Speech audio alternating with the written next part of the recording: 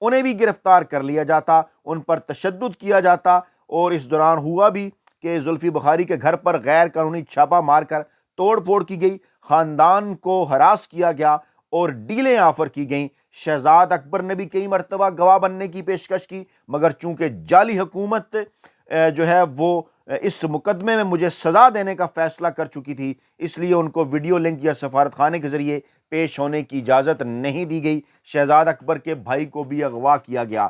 بڑا اور اہم ترین انکشاف، عمران خان نے کہا القادر ٹرسٹ ایک فلاحی ادارہ ہے جس کے ذریعے غریب طلبہ کو سیرت النبی صلی اللہ علیہ وآلہ وسلم سے روشناس کروایا جا رہا ہے۔ اس سے مجھے کوئی ذاتی فائدہ ہے، نہ ہی میری اہلیہ کو۔ پہلے بھی 9.5 ماہ بشرا بیگم کو قید میں رکھا گیا اور میرا ساتھ دینے کی سزا دی گئی۔ گھریلو خواتین کو سیاست میں گھسیٹنا شرمناک ہے، ہماری روایات کے منافی ہے۔ بشرا بیگم مضبوط اعصاب کی حامل خاتون ہے، وہ میری کمزوری نہیں بلکہ میری طاقت ہیں۔ عمران خان نے کہا یہ مجھ پر جتنے مرضی مقدمات بنوائیں، میں نواز شریف یا زرداری کی طرح ڈیل کے ذریعے نہیں بلکہ عدالتوں کا سامنا کر کے انصاف کی طاقت سے جیل سے باہر آؤں گا۔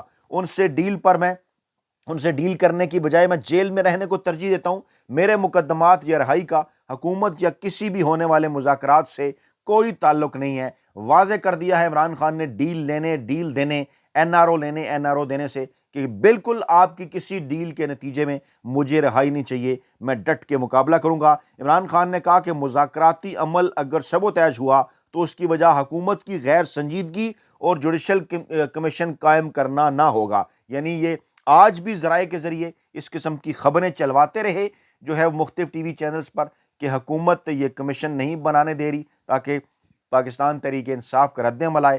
بعد میں خود ہی خبر چلا کر عرفان صدیقی صاحب اس خبر کی تردیدیں بھی کرتے رہے، لیکن بہرحال ایک ماحول انہوں نے بنایا۔ عمران خان نے کہا ہمارے جو لوگ شہید ہوئے ہیں ان کی طرف سے ہم پر دباؤ ہے، ان کے جو اہل خانہ ہیں ان کی طرف سے ہم پر دباؤ ہے، وہ انصاف کے متلاشی ہیں۔ جوڈیشل کمیشن کے قیام کے بغیر مذاکرات کرنے کا کوئی مقصد ہی نہیں۔ سلمان اکرم راجہ اور بیرسٹر گوہر کو ہدایت کرتا ہوں کہ چیف جسٹس اور آئینی بینچ کے سربراہ امین الدین خان کو انسانی حقوق سے متعلق ہمارے مقدمات ترجیحی بنیادوں پر سننے کے لیے خط لکھیں اور عالمی انسانی حقوق کی تنظیموں کو بھی اس کے متعلق خط تحریر کریں۔ یہ بھی ایک بڑی ڈیولپمنٹ۔ عمران خان نے کہا علی امین گنڈاپور ایپیکس کمیٹی کو خط لکھ کر شہباز شریف کے لگائے بھونڈے الزامات کا جواب دیں۔ انتہائی اہم ترین اور بڑی ڈیولپمنٹ، بڑا حکم جاری عمران خان کی جانب سے علی امین گنڈاپور کو۔ عمران خان نے کہا ہم کسی سے کوئی رعایت نہیں مانگ رہے، صرف قانون کے مطابق انصاف مانگ رہے ہیں۔ 26ویں آئینی ترمیم کے بعد عدلیہ کا جو حال ہو چکا ہے وہ قابل افسوس ہے۔ سپریم کورٹ میں آج جو ہوا وہ اسی ترمیم کا نتیجہ ہے۔ نامکمل اسمبلیوں سے ہونے والی قانون سازی بنیادی حقوق سے متصادم ہے۔ ہم عدلیہ پر دباؤ اور ان کے احکامات ہوا میں اڑانے کی شدید مذمت کرتے ہیں۔ جس ملک میں نظام انصافی زنجیروں میں جکڑا ہوگا وہاں کسی اور کو کیا آزادی ملے گی؟ یہاں عمران خان آزادی کی بات کر رہے تھے اور وہاں پر امریکہ کے اندر ڈونلڈ ٹرمپ آزادی کی بات کر رہے تھے۔ طاقتور حلقوں کو ایک پیغام دے رہے تھے، دنیا بھر میں طاقتور حلقوں کو، دنیا بھر میں اسٹیبلشمنٹ کو ایک پیغام دے رہے تھے، اور ان کے اہم ترین نکات تقریر کے پاکستان کے حوالے سے کس طرح سے سگنیفیکنٹ ہیں۔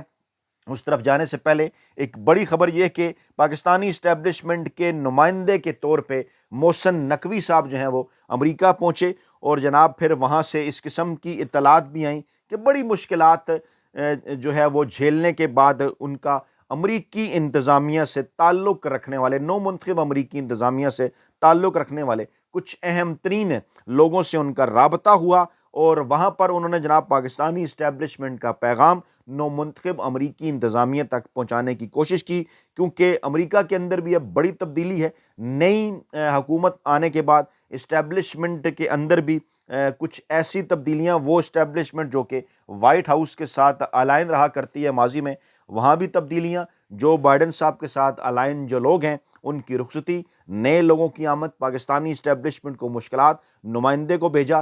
کسی جگہ پر بلاول بھٹو صاحب کی یا کوئی محسن نقوی صاحب کی ہم نے کوئی تصویر یا کوئی فوٹیج نہیں دیکھی تقریب علم برداری کی۔ اگر آپ نے دیکھی ہو تو ضرور کمنٹ باکس کے اندر بتائیں۔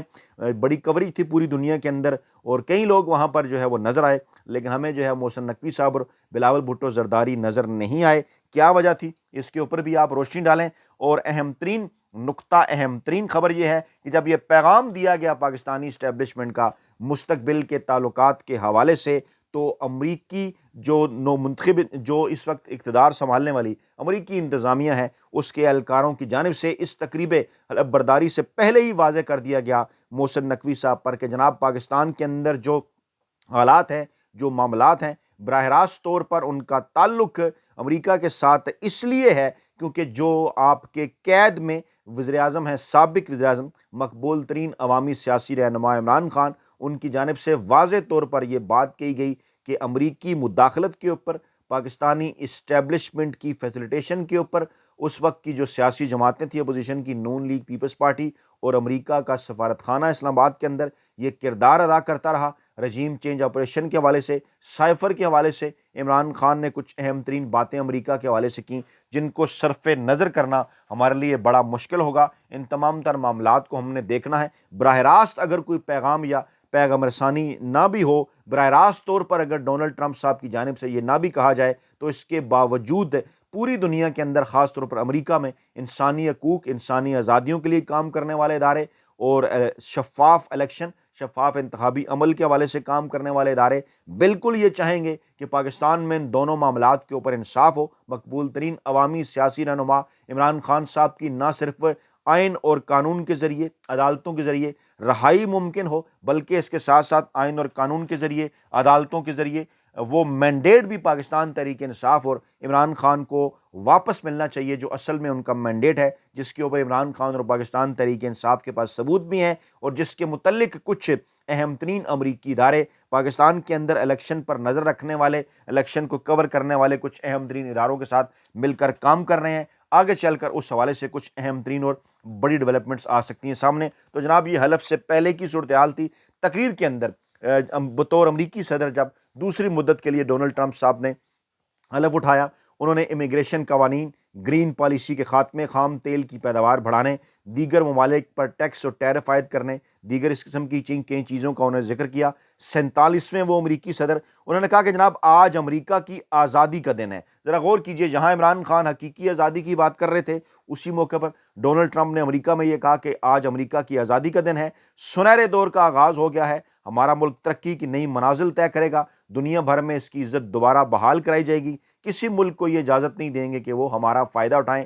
ان بٹوین دا لائن اس کا کیا مطلب ہوا کہ یہاں پر بھی جو ہے وہ چنتخب حکومت جو بائیڈن انتظامیہ کا فائدہ اٹھاتی رہی، ان کی بیکنگ کی وجہ سے یہاں پر پاکستان کی مقبول ترین سیاسی جماعت کو دیوار کے ساتھ لگایا گیا، ان کی حکومت گرائی گئی۔ ڈونلڈ ٹرمپ نے کہا کہ قانون کی بالادستی اور ملک کا تحفظ ہم یقینی بنائیں گے، آزاد، قابل فخر اور خوشحال قوم۔ آزاد، جی ہاں، وہی نقطہ جو عمران خان کا نقطہ ہے۔ اور اہم ترین نکات میں انہوں نے کہا سنہرے دن کا آغاز ہے، سنہرے دور کا آغاز ہے، آزادی کا دن ہے 20 جنوری۔ اور پھر انہوں نے جناب دیگر بھی کچھ باتیں کیں، اور پھر انہوں نے کہا جناب کہ اپنے اوپر جو ان کے اوپر قاتلانہ حملہ ہوا تھا، اچھا اس میں کچھ چیزیں بڑی امپارٹنٹ ہیں، ریلیونس ہے کچھ چیزوں کی۔ ڈونلڈ ٹرمپ صاحب کے خلاف دھاندلی ہوئی، اور یہاں پر پاکستان تحریک انصاف اور عمران خان کے خلاف دھاندلی ہوئی۔ ڈونلڈ ٹرمپ صاحب کو طاقتور حلقوں نے بقول ان کے 2020 کا جو الیکشن ہے وہ ہروایا۔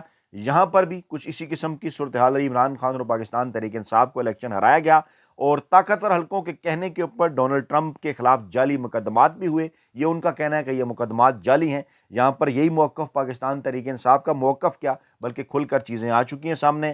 ڈونلڈ ٹرمپ بھی جو ہے وہ فالس فلیگ آپریشن کی بات کرتے ہیں، کیپٹل ہل پر حملے والا جو معاملہ ہے، یہاں پر بھی 9 مئی کے حوالے سے عمران خان صاحب کا یہی موقف ہے کہ فالس فلیگ آپریشن ہوا، یعنی کئی چیزیں آپس میں ملتی جلتی ہیں۔ قاتلانہ حملہ بھی دونوں کے اوپر ہوا، عمران خان کے اوپر بھی گولیاں چلیں، ڈونلڈ ٹرمپ کے اوپر بھی گولی چلائی گئی، اور دونوں جو ہے وہ ان اپنی خوش قسمتی اور جو ہے وہ قدرت عمران خان کے حوالے سے یقینی طور پر جو ہے وہ رب کا کرم ان کے اوپر۔ ڈونلڈ ٹرمپ صاحب بھی یہی بات کر رہے ہیں کہ قدرت ان کے اوپر مہربان، دونوں بچ کے۔